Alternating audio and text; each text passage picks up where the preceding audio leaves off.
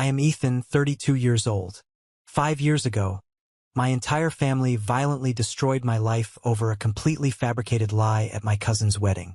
While I was literally bleeding on the floor, struggling to breathe and trying to understand why I had just been brutally assaulted from behind, my own mother looked down at my shattered face and said the words that still ring in my ears every single night.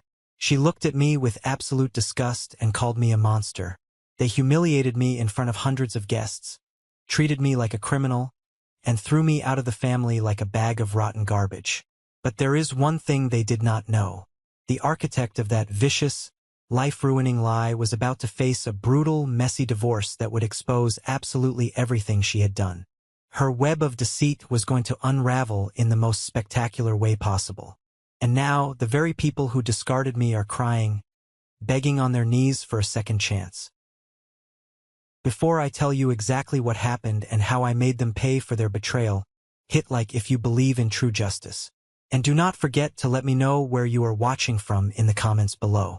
Now, let us go back to where this absolute nightmare began. I want you to paint a picture in your mind. Imagine sitting in a quiet, dimly lit home office, staring at a computer screen. On that glowing monitor is a Zoom call grid. In those little digital boxes are the faces of the people who gave you life, the people you grew up with, the people whose blood runs in your veins. My mother, my father, my cousin Lucas, my Aunt Evelyn and my Uncle Arthur, my own siblings, the entire clan. They are all looking at the webcam, and they are weeping. I am not talking about a few polite tears. I am talking about real, heavy, ugly, desperate sobbing. Lucas looks like a ghost. He looks like a man who has not slept a full night in half a decade. His eyes are hollow, his skin is pale, and his shoulders are slumped in absolute defeat. My mother is clutching a crumpled tissue, her chest heaving, begging for my forgiveness through the microphone. Her voice keeps cracking. She keeps saying she is so incredibly sorry. She keeps saying she wants her beautiful son back. She says the family is broken without me. I just sat there. I stared at the screen, listening to the digital audio compress their weeping. I felt absolutely nothing. No anger, no pity, no vindication. Just a cold, hard, impenetrable emptiness. Because here is the brutal reality of human relationships. You cannot take a sledgehammer to a mirror, smash it into a million jagged pieces, and then expect it to give you a clear reflection ever again. You cannot spend 5 years treating your own flesh and blood worse than a convicted felon, and then expect to press a magical reset button the second you realize you were the fools all along. You do not get to dictate the terms of forgiveness when you were the ones who held the execution. But to make you fully understand the absolute, bone-deep satisfaction I felt in that moment of silence, I have to take you back. I have to take you back to June 15, 2019. The day my life as I knew it ended.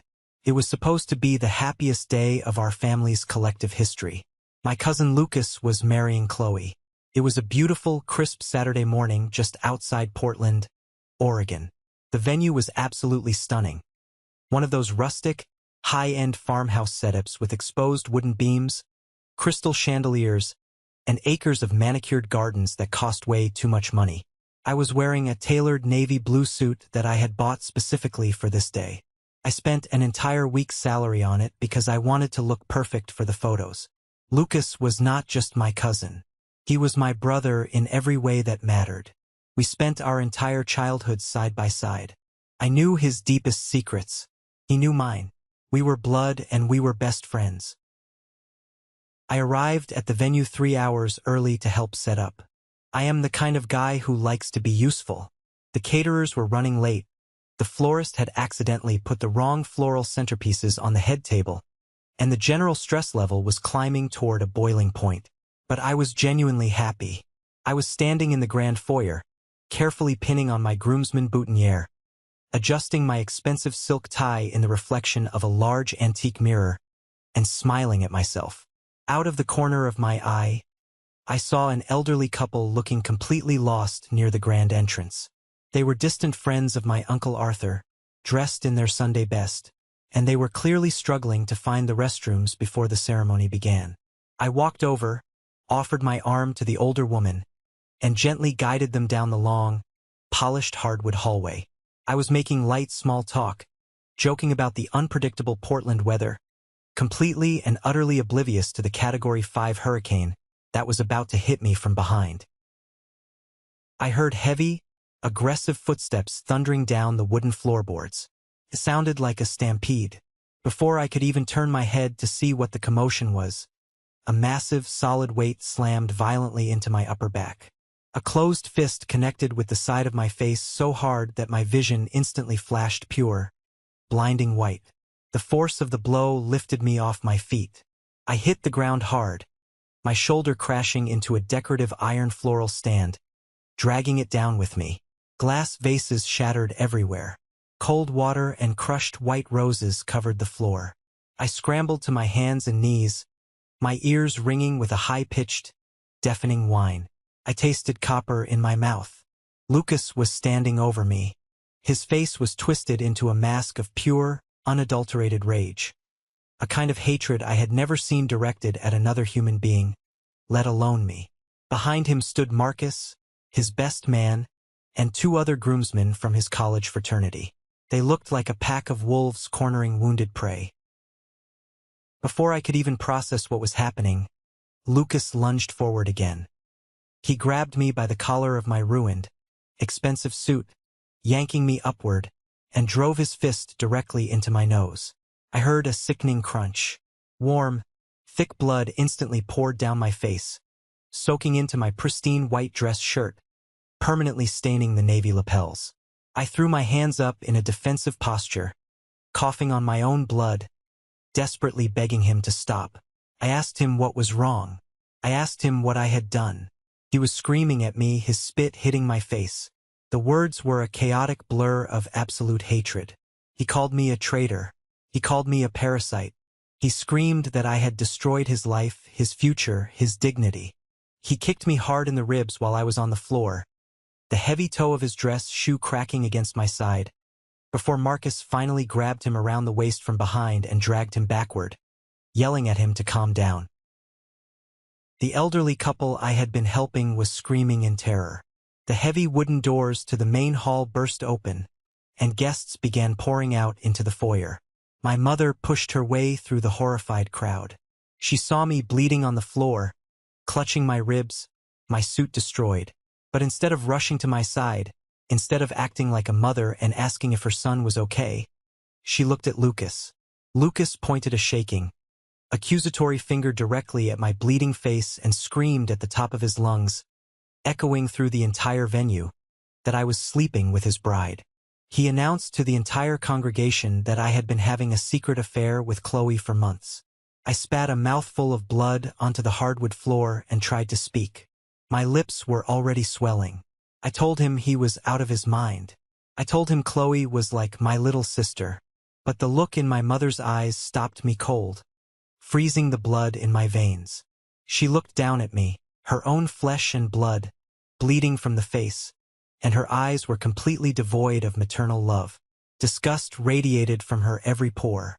The venue manager was shouting, threatening to call the police to file a lawsuit for the damages. The wedding was over before it even started. And my nightmare, my long descent into hell, was just beginning. To truly understand the sheer, unfathomable insanity of that accusation, you have to understand the deep roots of our shared history. I grew up in a classic, medium-sized suburban town where everyone basically knew everyone else's business. The kind of town where your high school reputation follows you to the grave. Lucas and I were inseparable. We shared a room on every single family vacation until we were 18 years old. We built tree houses in the woods behind his property. We broke windows playing baseball in the street. We covered for each other when we snuck out past curfew. We even promised to use our future college fund money to start a business together one day. Qley lived exactly 3 houses down the street from my parents. She moved into our quiet neighborhood when she was just 8 years old. She was the annoying little girl with scraped knees who constantly followed us around the block. But as we got older, she became an integral part of our unit. I helped her study for her agonizing middle school math exams at my kitchen table. When she turned 16, I was the one who taught her how to drive in my beat-up, terrifyingly unreliable Honda Civic. I literally sacrificed my car's transmission grinding gears so she could pass her license test. I viewed her the exact same way I viewed my actual biological sister, Jenny. When Lucas and Qley finally started dating in our junior year of college, the entire family rejoiced. It was the perfect, picture-book hometown love story. I was genuinely thrilled for them. I helped Lucas pick out the diamond engagement ring. I helped him scout the location to propose. The idea that I would ever touch Qley, or that she would ever look at me in a romantic or sexual way, was so utterly repulsive, so fundamentally incestuous in my mind, that it felt like a sick, twisted joke. But absolutely nobody was laughing when I arrived at the emergency room. I sat alone in a sterile, freezing white cubicle with a plastic bag of crushed ice pressed firmly against my throbbing face. The ER doctor, a stern woman with a clipboard, asked me if I wanted to contact a lawyer or file a police report for assault. I declined. Even after the beating, I could not bring myself to put my cousin in a jail cell.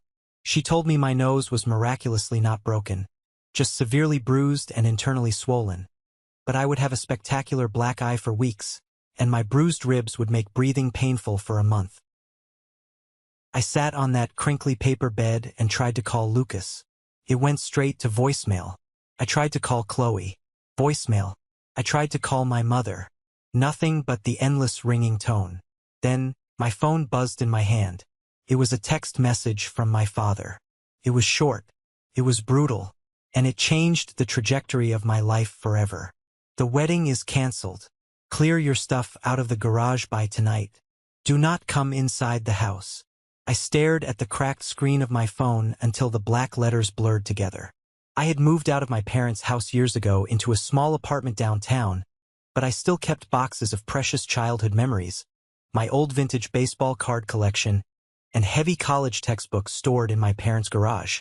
The fact that he was telling me to come get my trash was not about the physical boxes.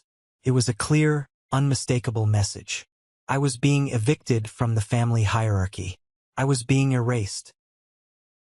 I drove home with one eye completely swollen shut, a bag of melting ice dripping onto my ruined suit pants. It is incredibly dangerous to drive with absolutely no depth perception, constantly having to twist my aching torso and bruised ribs just to check my blind spot. But I had nowhere else to go. I pulled into the familiar concrete driveway. The faded blue paint on the house looked exactly the same as it had for 20 years, but it suddenly felt like enemy territory. My sister Jenny's sedan was parked in the driveway. My brother Mark's heavy-duty truck was parked aggressively on the front grass. The whole family had gathered. It felt exactly like I was arriving at a funeral. My own funeral. I walked slowly up the driveway and punched the 4-digit code into the garage keypad. The heavy metal door groaned open. My mother was standing in the doorway leading to the kitchen, her arms tightly crossed over her chest. My father stood right behind her, his face a mask of stone. Mark and Jenny were sitting at the kitchen island, staring at me like I was a stranger who had just broken into their home. The silence was heavy, suffocating, and deafening. I stepped forward into the dim light of the garage. I held my hands up, palms open, a gesture of absolute, total surrender. I begged them to talk to me. I begged them to tell me what was going on. I asked for proof. I asked for a single text message, a leaked photo, a reliable witness. Anything that could justify this madness. My mother scoffed, a harsh, cruel sound. She actually rolled her eyes at my bruised, bloody face. She told me to stop playing the victim. She said Lucas had a highly reliable source. Someone had seen me and Qley together. Someone knew all about our secret, disgusting meetups. I raised my voice, the pain in my ribs flaring. I asked who? Who saw us? When? Where? My father stepped forward, his boots heavy on the concrete, and pointed a rigid finger directly at my chest. He said the specific details did not matter.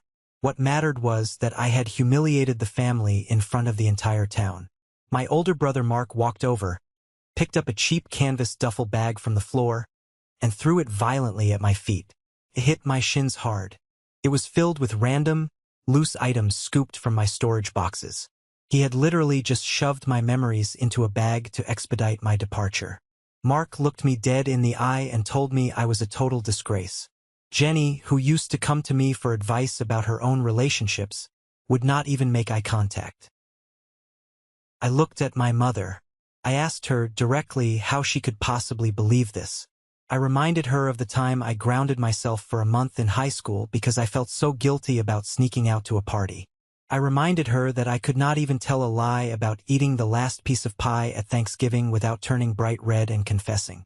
I asked her how she could effortlessly discard 27 years of knowing my moral character based on a faceless rumor. She looked at me, her expression completely flat, and said she did not know who I was anymore. I slowly bent down and picked up the duffel bag. I turned around and walked out into the fading sunlight. I did not yell. I did not scream. The pain in my chest was so incredibly sharp I could barely breathe. It felt like someone had reached directly into my ribcage, bypassed my lungs, and crushed my heart with their bare, cold hands. The next 48 hours were a masterclass in psychological torture. The vicious rumor spread through our tight-knit suburban town faster than a California wildfire. You do not truly realize how deeply embedded you are in a community until that community collectively decides to chew you up and spit you out.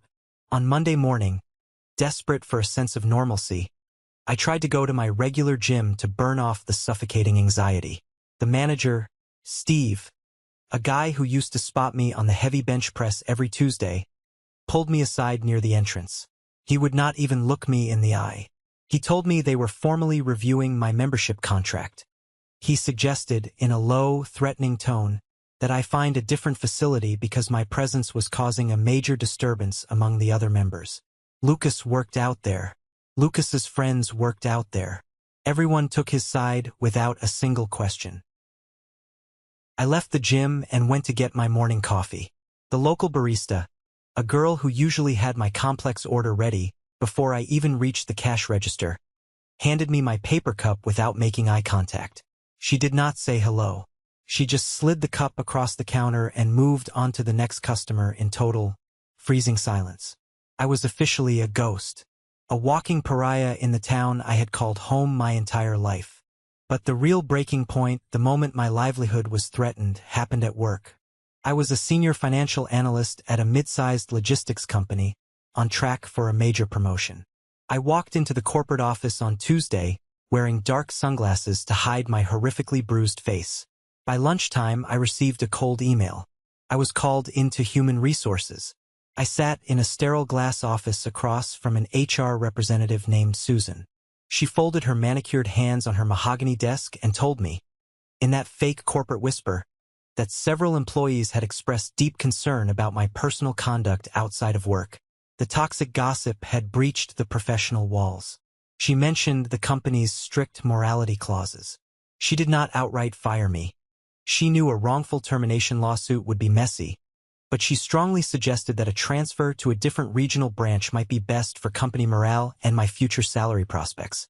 I was being threatened with a court of public opinion, fighting for custody of my own professional reputation, and I was losing miserably.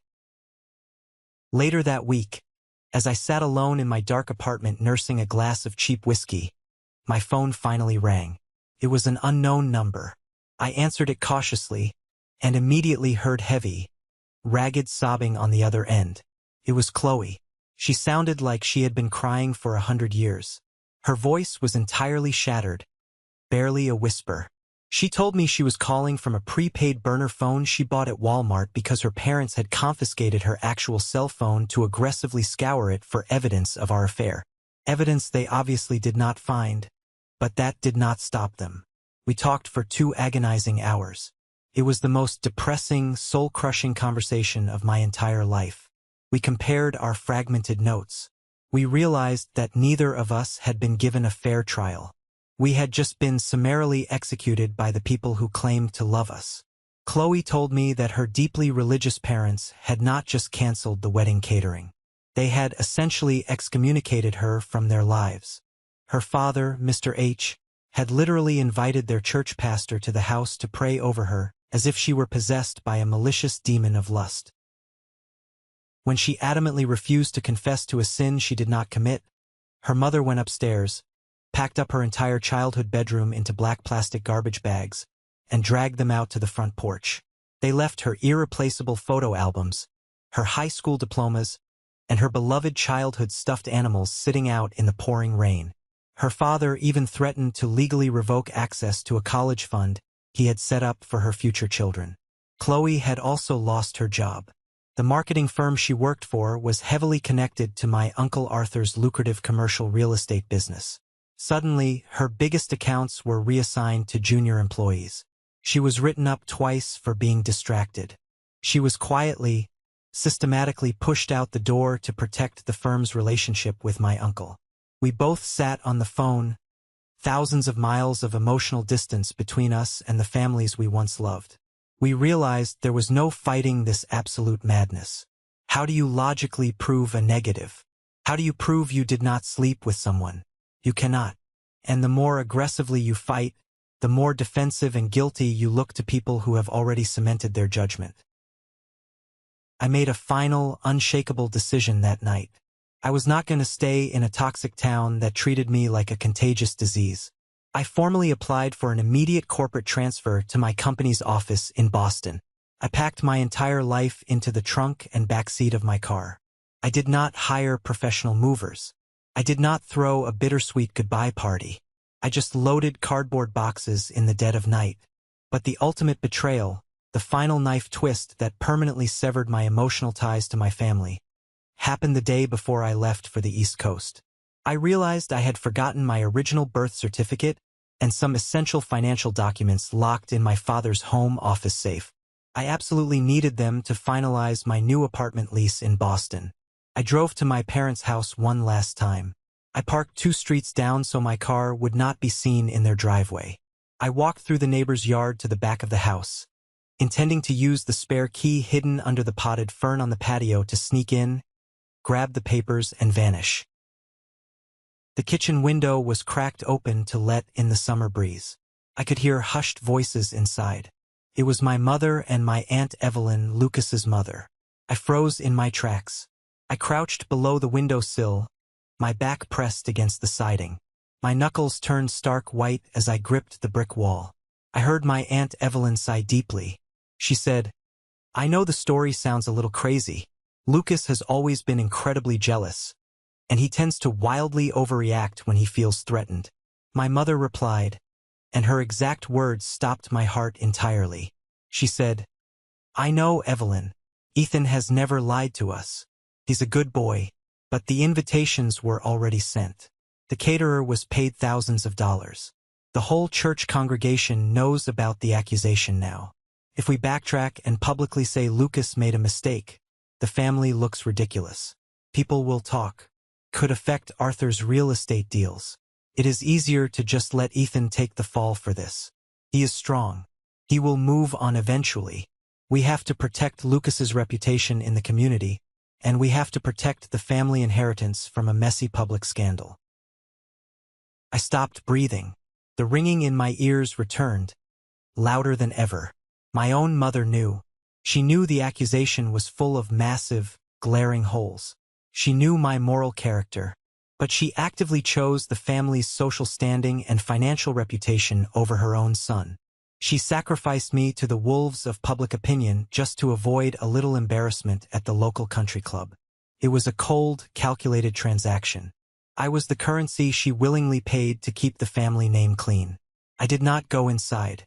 I walked away from the window, walked back to my car, and drove away without my birth certificate. I would order a new one from the state government. I changed my cell phone number that very afternoon. I blocked every single email address associated with my family. I deleted my social media accounts. I wiped my existence from their reality.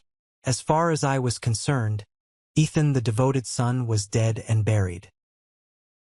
I drove cross-country to Boston. I watched the landscape shift from the towering green pines of the Pacific Northwest to the flat, rolling plains of the Midwest, and finally to the dense, fast-paced brick architecture of the East Coast. Every mile I drove was a mile of permanent distance between me and the poison of my past. I arrived in Boston with 2 suitcases, a bruised face that was finally healing to a dull, sickly yellow, and a heart made of solid, unbreakable ice. Boston was exactly what my shattered soul needed.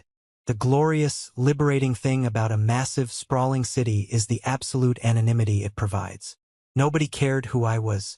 Nobody looked at me with suspicion when I walked down the aisle of the grocery store.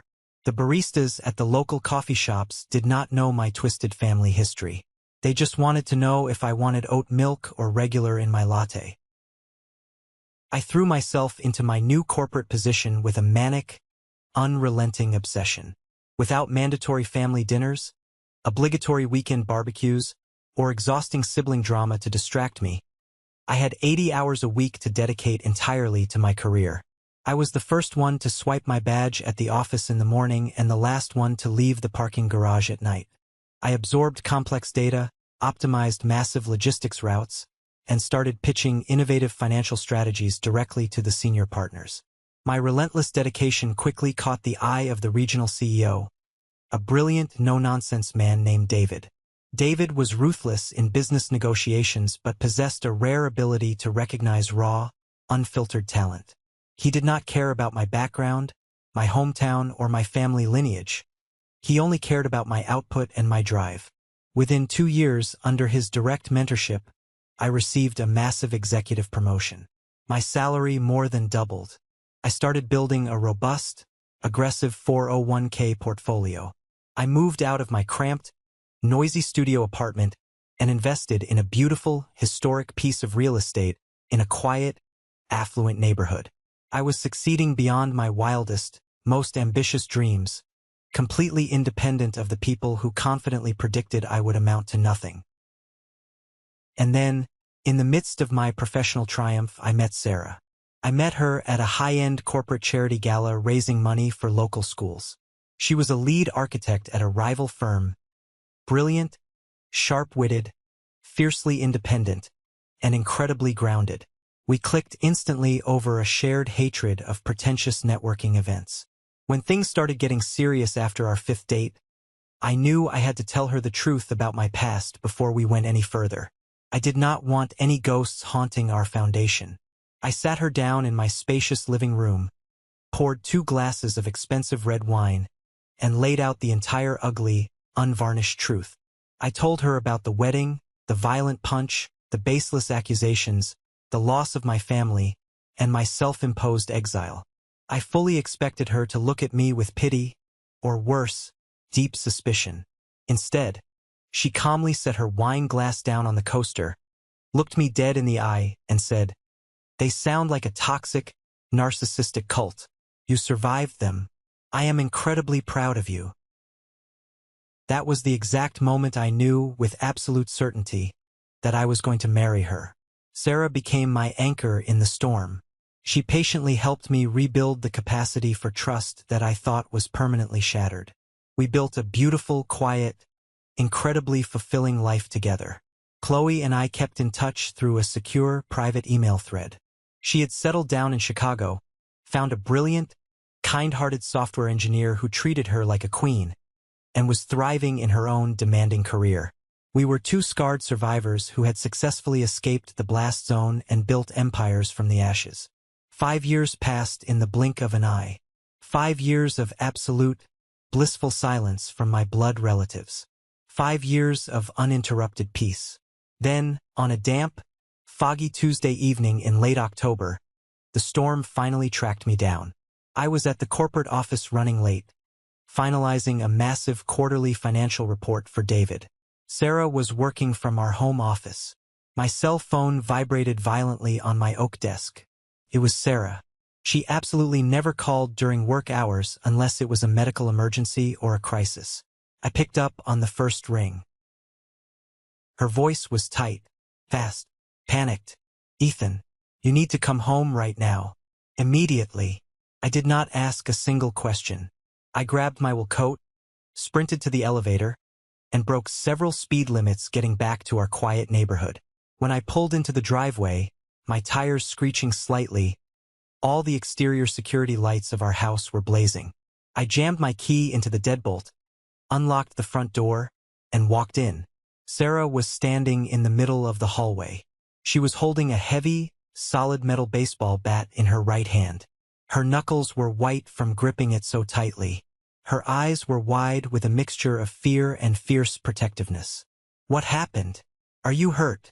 I asked, my heart hammering furiously against my ribs. She did not speak.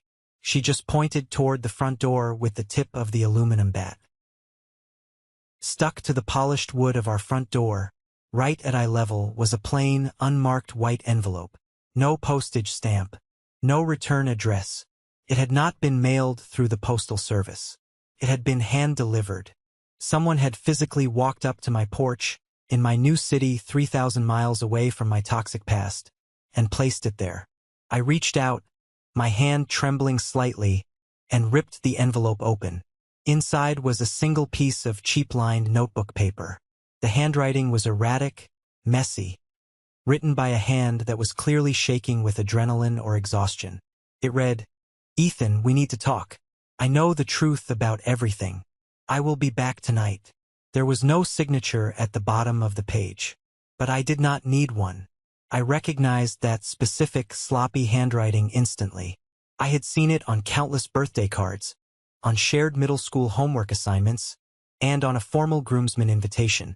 It was Lucas. My carefully constructed sanctuary had been breached. The ghost of my past had painstakingly tracked me across the country, and he was standing right outside my door, threatening to drag me back into the mud. I looked at Sarah. I gently took the heavy baseball bat from her hands and set it against the hallway wall. I walked over and locked the deadbolt, sliding the security chain into place. I thought the absolute worst was over 5 years ago when I drove away from that house. I was so incredibly, naively wrong.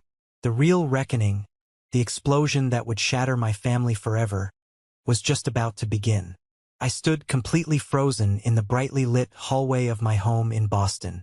The heavy, solid oak wood of the front door was the only physical barrier separating my carefully constructed, peaceful new life from the absolute toxic wreckage of my past. The thick brass security chain was firmly locked into place. The heavy deadbolt was fully engaged. Sarah stood just a few feet behind me, her posture rigid and defensive, the aluminum baseball bat still resting loosely but securely in her right hand.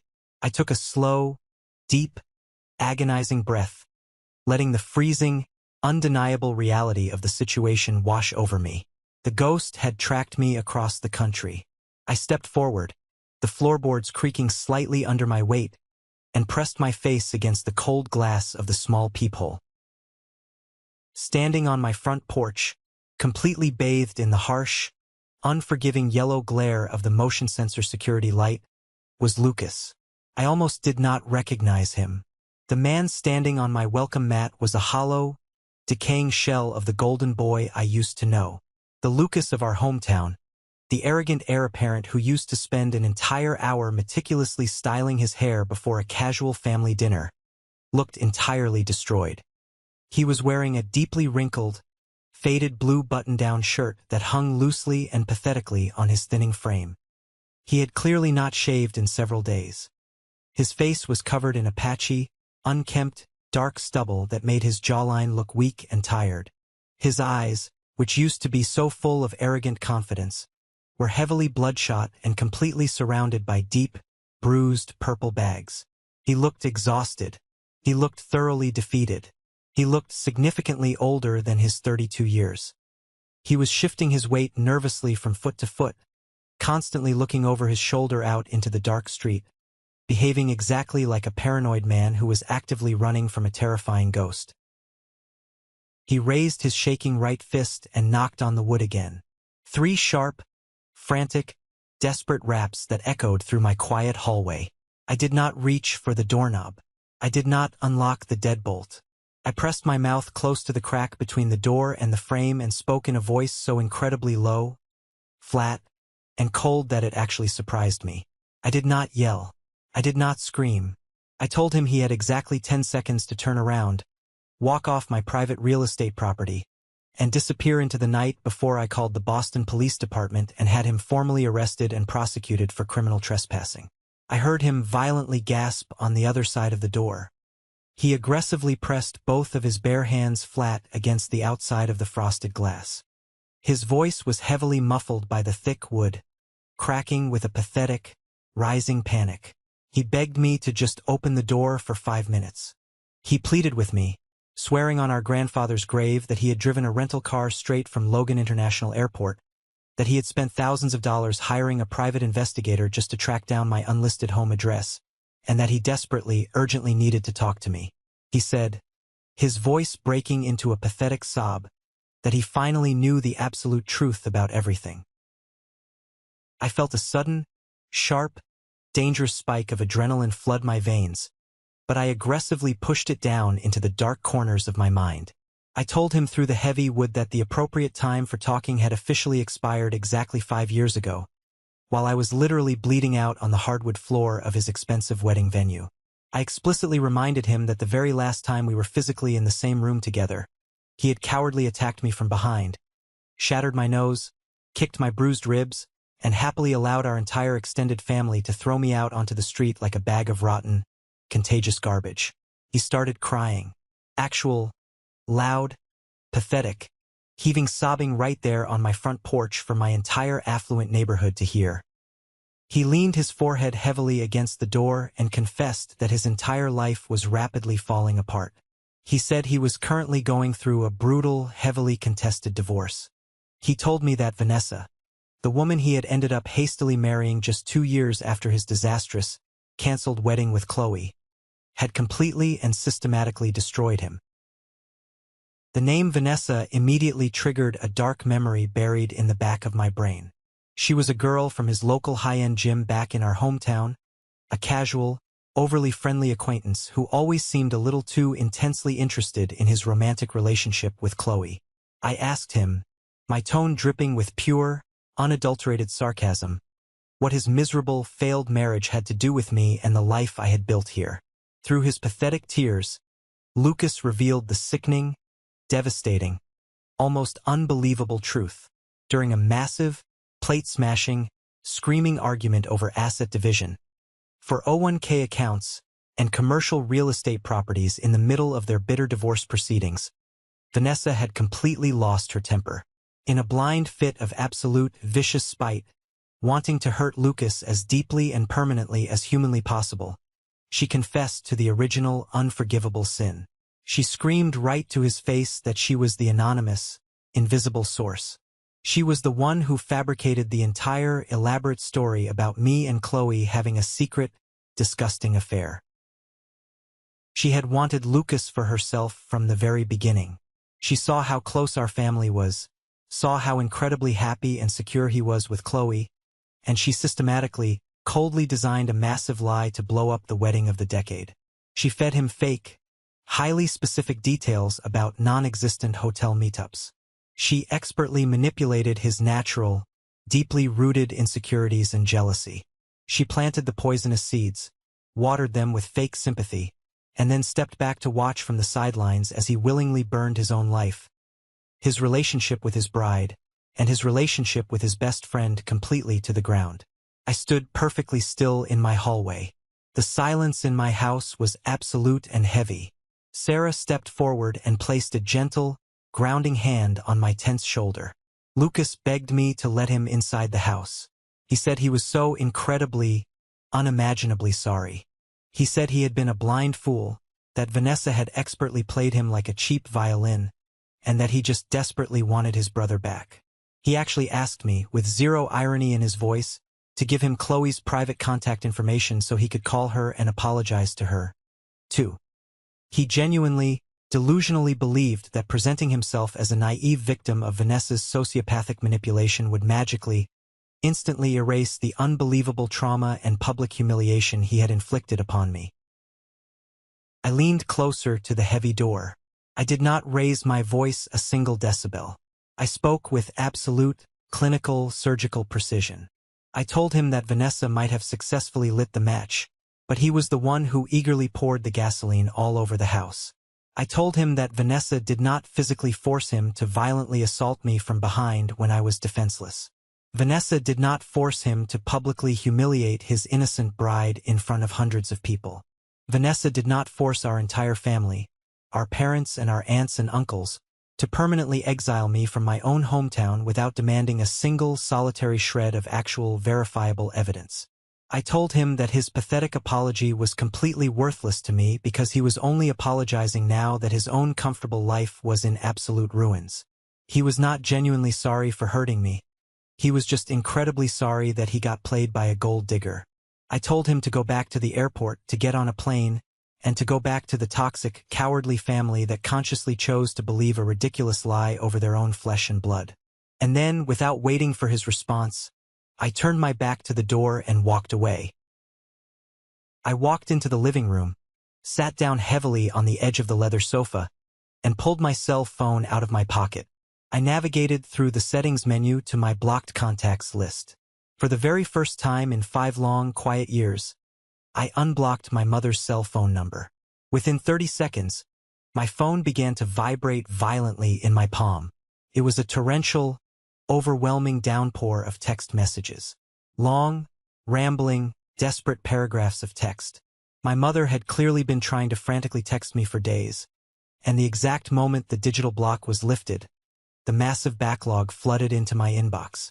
I sat in the dim light of the living room and read them. She wrote extensively about the messy divorce. She wrote about the devastating, multimillion-dollar lawsuit Vanessa had filed, trying to legally claim half of Lucas's contracting business, his retirement funds, and the primary house. She wrote about how the entire extended family was in a state of absolute paralyzed shock. But most importantly, she wrote about how deeply, profoundly they all missed me. She desperately tried to frame the entire situation as a collective, unavoidable family tragedy. She repeatedly used soft, minimizing words like misunderstanding, manipulation, and unfortunate mistakes. She actually had the audacity to say that they were all innocent victims of a cruel, calculating sociopath, and that we urgently needed to band together as a united family to heal from this trauma. I read every single manipulative word. I read how my father wanted to immediately buy me a first-class plane ticket to come home for Thanksgiving dinner. I read how my sister Jenny had supposedly kept my old childhood bedroom exactly the way I left it, untouched for 5 years. It was a masterclass in narcissistic emotional manipulation. They were desperately trying to rewrite our dark history, trying to completely gloss over the sheer brutality of their actions by shifting 100% of the blame onto a woman I barely even knew. They wanted a clean, shiny slate without doing the agonizing, humiliating work of genuine public accountability. They selfishly wanted me to return to the fold, to smile for the holiday photos, and to play the familiar role of the forgiving, magnanimous son so they could finally stop feeling so incredibly guilty about being absolute monsters. Let's pause for a moment. Thank you for staying with me this far. You're truly amazing. Please help me by liking the video and commenting the number 1 below so I know you've been here with me until this point.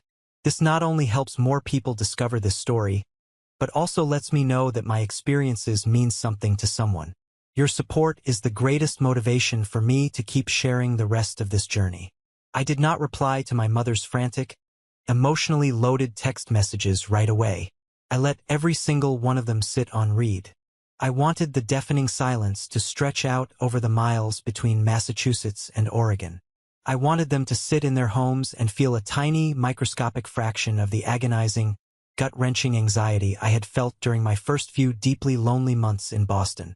Instead of typing a response, I opened my corporate laptop and initiated a secure, encrypted video call with Qley. When her face finally appeared on the glowing screen, she looked absolutely radiant.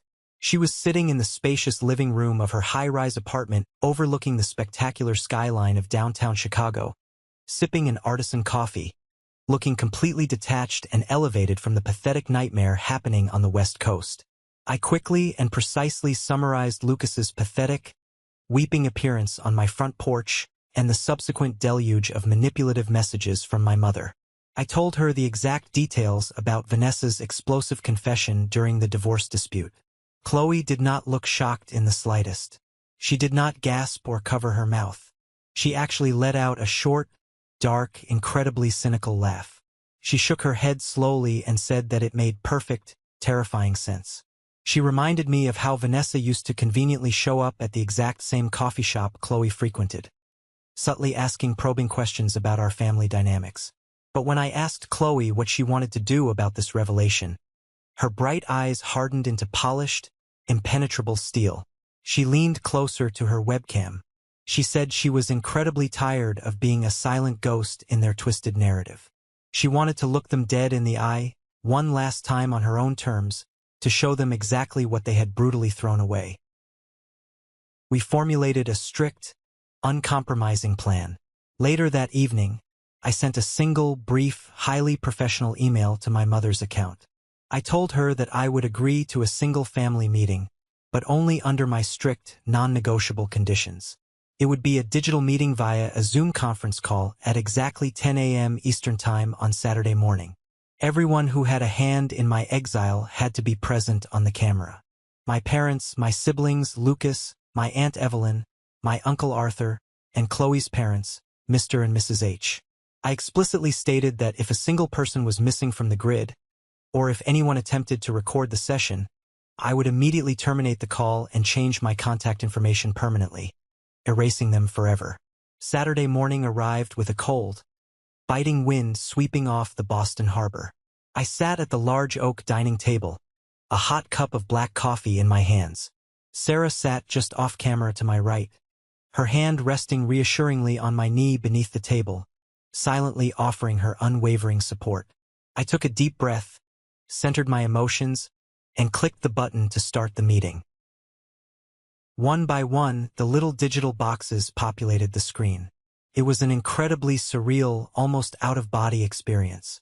Seeing them all gathered in the familiar living room of my parents' house, their faces visibly aged, lined with stress, and heavy with unmistakable guilt, felt like looking at a group of total strangers. Lucas was sitting awkwardly on the absolute edge of the floral sofa, staring intently at the carpet. My mother was already clutching a handful of tissues, wiping her red, swollen eyes. My father looked stiff, defensive, and deeply uncomfortable in his armchair. And there, sitting rigidly upright in the corner on two dining chairs they had brought in, were Mr. and Mrs. H, Chloe's parents. Mr. H was actually clutching a large, leather-bound Bible in his lap. Chloe's video box remained black for a long, tense moment, displaying only her elegant name in white text. Then her camera snapped on. She looked absolutely stunning, wearing a sharp, tailored corporate blazer, her hair perfectly styled, radiating an aura of absolute, unshakable authority. The exact moment my mother saw my face on the large television screen they had hooked the laptop up to, she completely broke down. She started apologizing profusely, her words tumbling over each other in a desperate, chaotic rush. She cried that they were completely blinded by the overwhelming drama of the wedding day, that Vanessa had woven such an incredibly convincing, intricate web of lies, and that they had miserably failed as parents. My Uncle Arthur chimed in, clearing his throat awkwardly, trying to use his deep, authoritative businessman voice to appeal to my sense of familial duty. He actually had the sheer, unadulterated audacity to bring up the family inheritance and real estate holdings. He said that my late grandfather's complex estate was finally being settled through the probate lawyers, and they wanted to ensure my name was fully reinstated in the legal will and the family trust, as if a chunk of money and some property deeds could magically buy back my stolen dignity. I let them talk. I sat there in total silence and let them completely exhaust their pathetic, heavily rehearsed, hollow apologies. I watched them desperately, frantically try to construct a flimsy wooden bridge over a massive, yawning canyon that they had previously blasted with dynamite.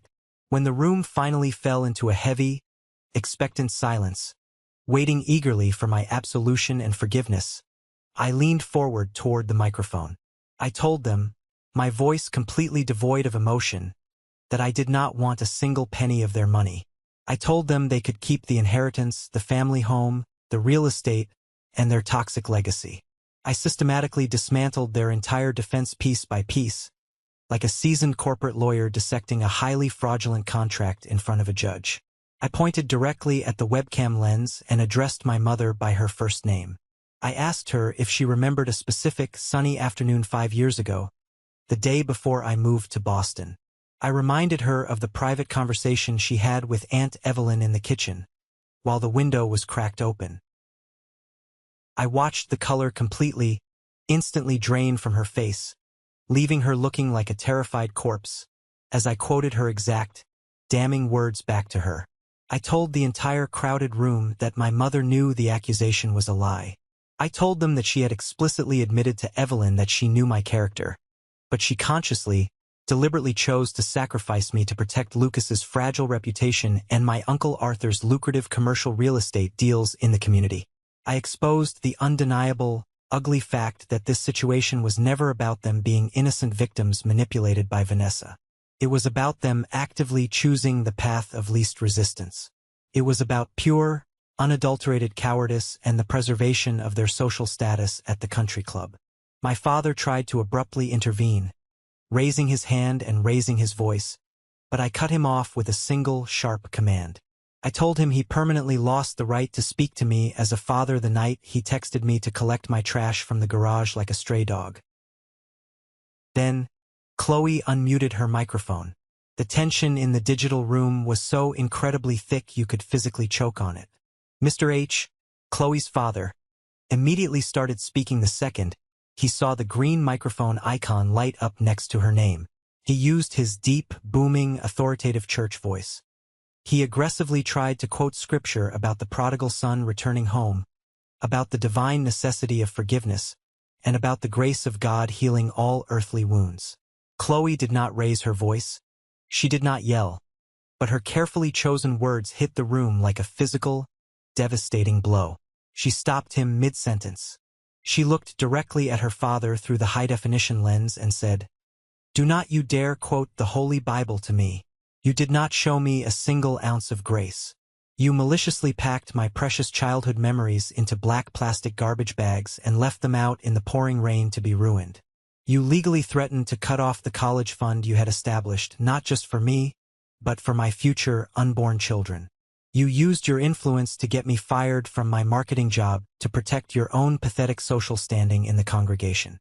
You treated me like a contagious disease because it was financially and socially easier than standing up to a baseless rumor."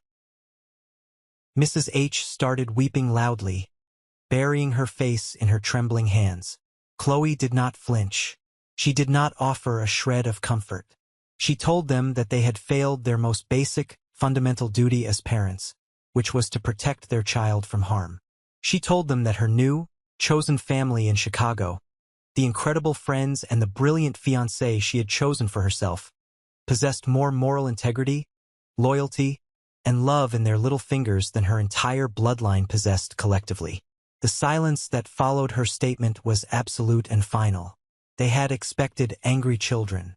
They had expected a screaming match that they could eventually de-escalate. They had not expected this cold, calculated, surgical execution of their parental authority.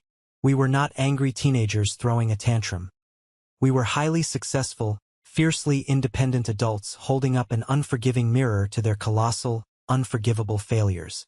The psychological and social fallout from that definitive Zoom call was spectacular to witness. Once the comforting illusion of our potential return was violently shattered, the incredibly ugly truth behind their sudden desperation began to bubble to the surface. You see, when a highly toxic, narcissistic family system irrevocably loses its designated scapegoat, it inevitably turns on itself to survive. Over the next few weeks, through a few remaining, highly gossipy mutual connections from my old high school who had reached out via LinkedIn to apologize for their past behavior, the rest of the puzzle pieces finally fell into place.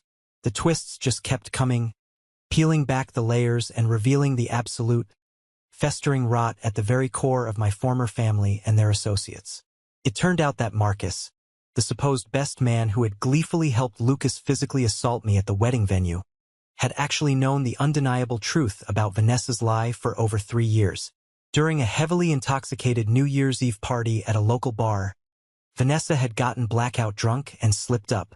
She had arrogantly bragged to Marcus about how incredibly easy it had been to manipulate the entire situation, eliminate Qley, and secure Lucas's contracting wealth for herself. But Marcus never said a single word to Lucas. He never defended my honor. Why? Because Marcus was currently a junior partner at my Uncle Arthur's massive commercial real estate firm. He was banking on a massive six-figure promotion and a highly lucrative senior partnership by the end of the fiscal year. He mathematically calculated that exposing Vanessa would deeply humiliate Lucas, publicly enrage my powerful uncle, and severely jeopardize his salary, his bonuses, and his entire future in the company. He actively, consciously chose his career trajectory over my innocence and his best friend's marriage. When Lucas accidentally found this out by reading old text messages during the brutal divorce discovery process, he completely snapped. The two former best friends ended up in a vicious, bloody physical altercation in the executive parking lot of the real estate firm, leading to Marcus formally pressing felony assault charges against Lucas and having him fired. But the most pathetic, mind-blowing revelation was Lucas's true, hidden motive for flying across the entire country to stand weeping on my front porch. It was never about genuine, soul-searching remorse. It was about pure, desperate financial survival. Vanessa was a remarkably ruthless opponent in the courtroom. She had hired a notorious, bloodthirsty shark of a divorce lawyer who specialized in completely dismantling high-net-worth individuals. Because Lucas had foolishly signed a series of terrible, legally binding financial agreements and joint venture contracts during their brief, highly chaotic marriage, Vanessa was systematically, legally stripping his assets bare.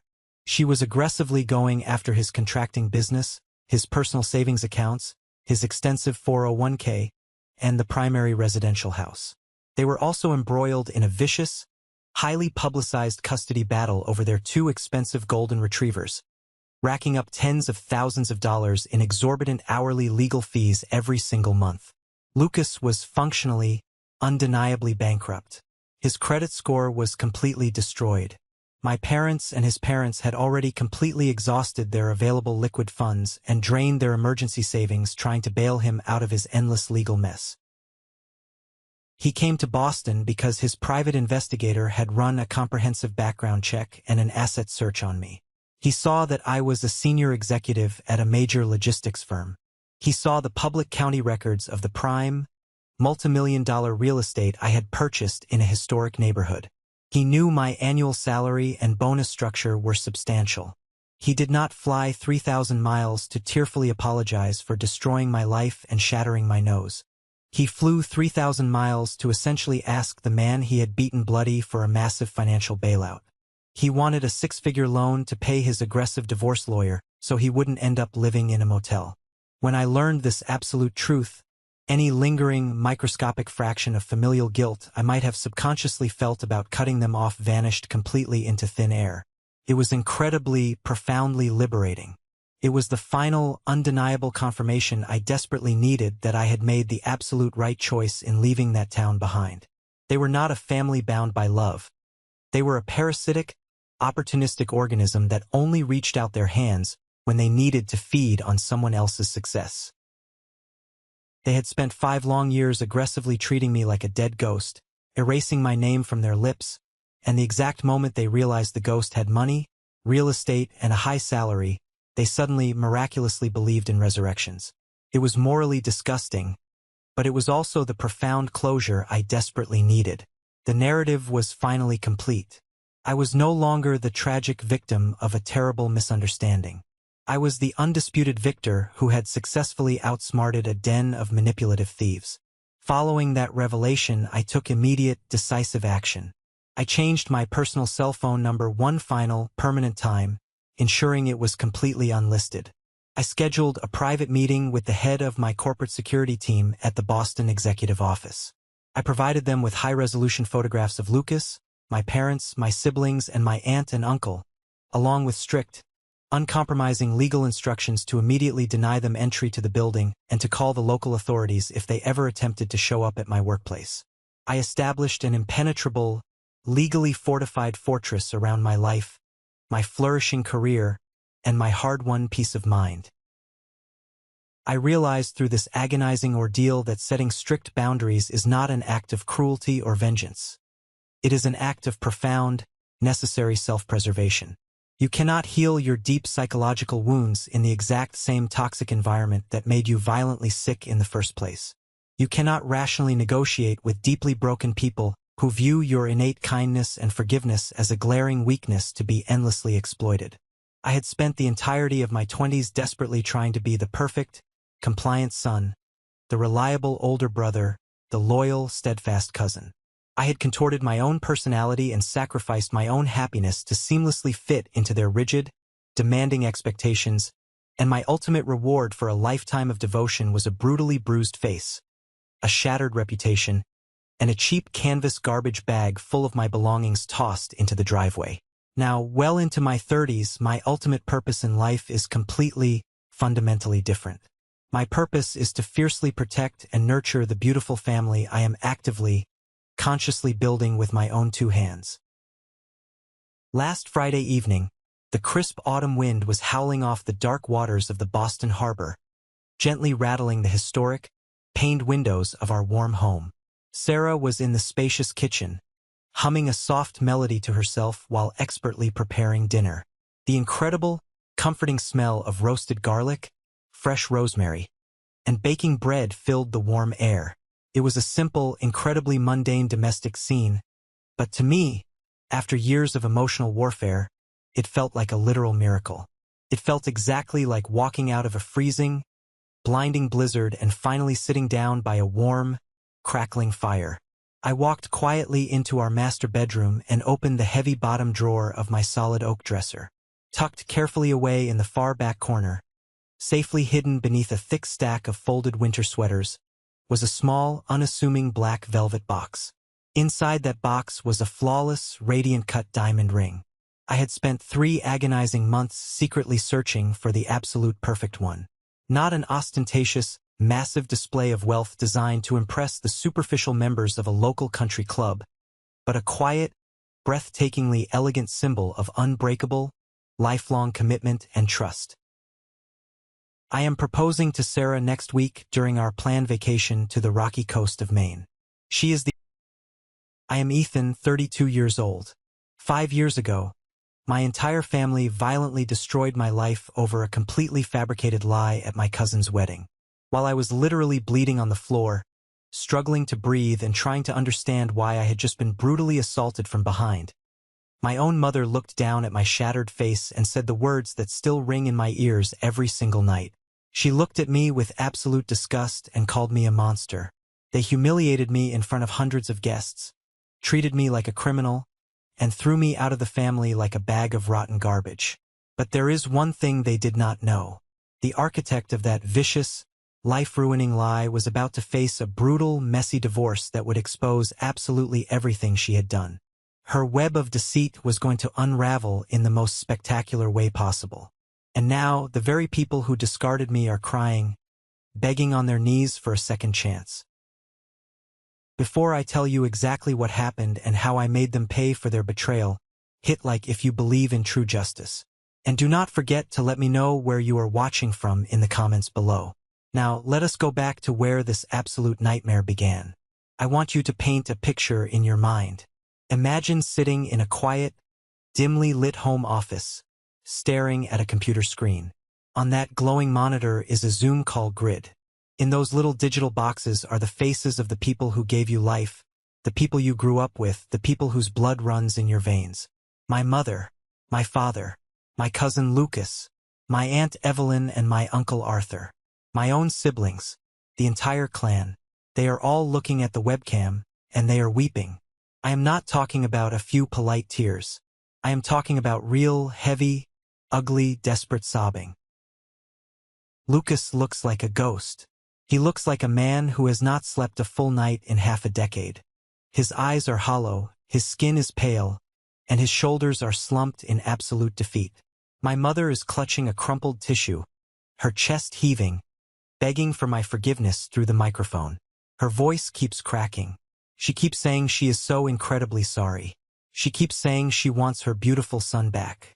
She says the family is broken without me. I just sat there. I stared at the screen, listening to the digital audio compress their weeping. I felt absolutely nothing. No anger, no pity, no vindication. Just a cold, hard, impenetrable emptiness. Because here is the brutal reality of human relationships. You cannot take a sledgehammer to a mirror, smash it into a million jagged pieces, and then expect it to give you a clear reflection ever again. You cannot spend 5 years treating your own flesh and blood worse than a convicted felon, and then expect to press a magical reset button the second you realize you were the fools all along. You do not get to dictate the terms of forgiveness when you were the ones who held the execution. But to make you fully understand the absolute, bone-deep satisfaction I felt in that moment of silence, I have to take you back. I have to take you